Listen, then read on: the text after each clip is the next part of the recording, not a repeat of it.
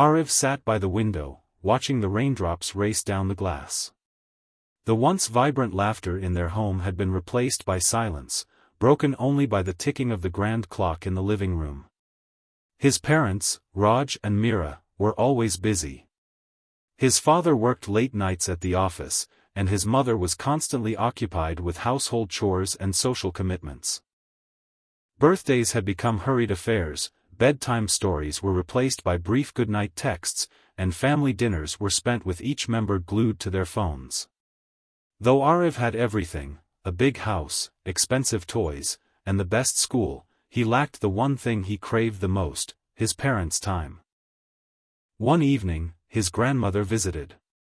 Sensing the sadness in Arif's eyes, she gently held his hand and said, "You know, when your father was little, he used to sit on my lap and tell me about his day. No matter how busy I was, I always listened. Time is the greatest gift you can give someone." Arif's eyes lit up with an idea. That night, he wrote 2 letters, one for his father and one for his mother. He placed them on their bedside tables before going to bed. The next morning, Raj and Mira found the letters. Arif's innocent words struck them deeply. "Dear Mom and Dad, I don't need new toys or fancy trips. I just need you. I want to tell you about my day, I want to hear stories before I sleep, and I want to eat dinner with you without our phones. Can we have just 1 hour every day? 1 hour where we are together?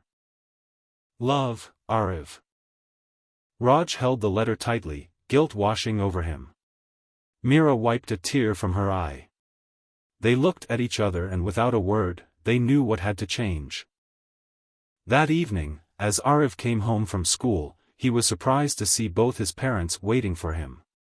His father had left work early, and his mother had cancelled her plans.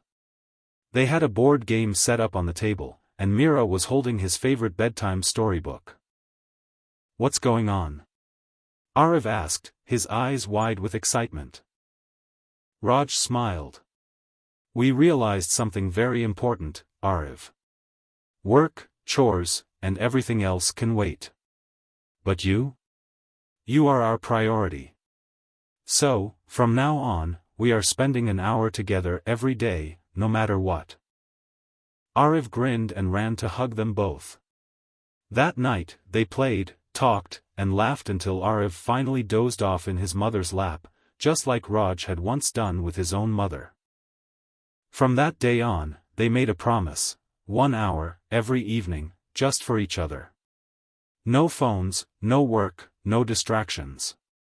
Some days, they played games, other days, they cooked together, went for walks, or simply talked about their day.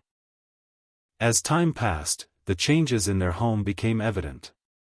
The house was filled with laughter again, bedtime stories returned, and family dinners became their favorite time of the day. Arif's grades improved, his smile became brighter, and most importantly, he felt loved in a way that no expensive gift could ever provide. Years later, when Arif grew up, he carried this tradition forward. Even with his own busy schedule, he always set aside time for the people who mattered most. Because he had learned that time was not just minutes and hours, it was love, care, and the most precious gift anyone could give. It wasn't the grand vacations or expensive gifts that mattered, it was the priceless gift of time, a gift that brought them closer than ever before.